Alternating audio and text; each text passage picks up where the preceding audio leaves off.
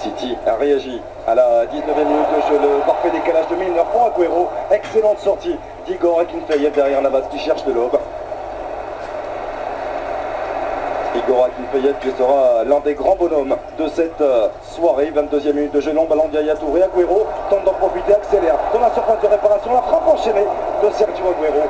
Et encore une fois, Akinfeyev, remarquable. Là, on pourrait parler de l'un des tournants de cette rencontre.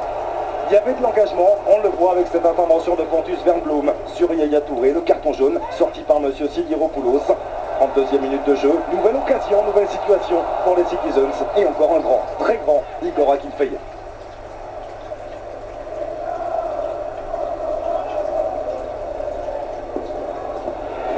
Et après de se montrer inefficace en face, on va retrouver le froid réalisme du CSKA Moscou. Vous l'avez aperçu, Gaël Clichy. La relance totalement manquée par l'ancien gunner. Derrière Nacho, décale parfaitement Seydou Doumbia. 4e doublé en Ligue des Champions, réussi par l'international ivoirien sur une perte de balle signée Gaël Clichy.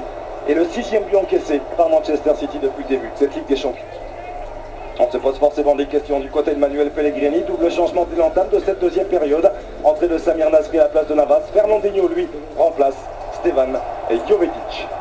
58e minute. Bon travail de James Milner dans la surface de réparation. Le centre-tir pour Sergio Agüero. Il ne manque que quelques centimètres à l'attaquant argentin pour tromper la vigilance d'Akinfeyev.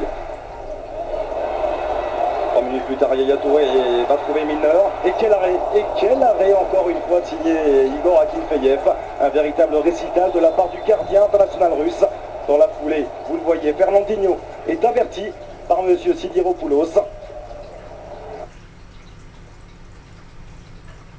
Il parle à ses joueurs et regardez cette obstruction de Fernandinho, entrée à la pause, on le rappelle, à la place de Stevan Jovetic, de carton jaune, synonyme d'exclusion pour Fernandinho. Manchester City à 10 contre 11, à 20 minutes du terme de cette rencontre. Dans la foulée, on vous a laissé ce coup franc car il était merveilleusement enroulé de la part de Georgi Milanov. Joe Hart sauvé par quelques centimètres.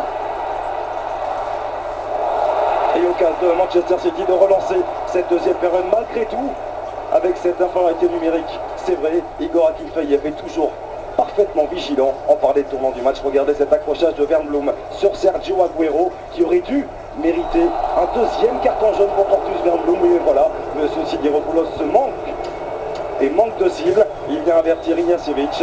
Wernbloom est tout heureux de rester sur cette pelouse et ensuite il y aura ce geste d'agacement, d'énervement d'Yaya Touré. Il avait déjà été averti. Ce ne sera pourtant un rouge direct pour l'international ivoirien. Soirée cauchemardesque véritablement pour Manchester City qui s'était imposé il y a un an, jour pour jour, 5 buts à 2 face à ce même CSKA Moscou. Mais le résultat sera tout autre ce soir. Dernière occasion pour Ahmed Moussa qui oblige Joe Hart à la claquette. On en restera là et ce malgré une dernière opportunité en faveur des Citizens. Penalty ou non.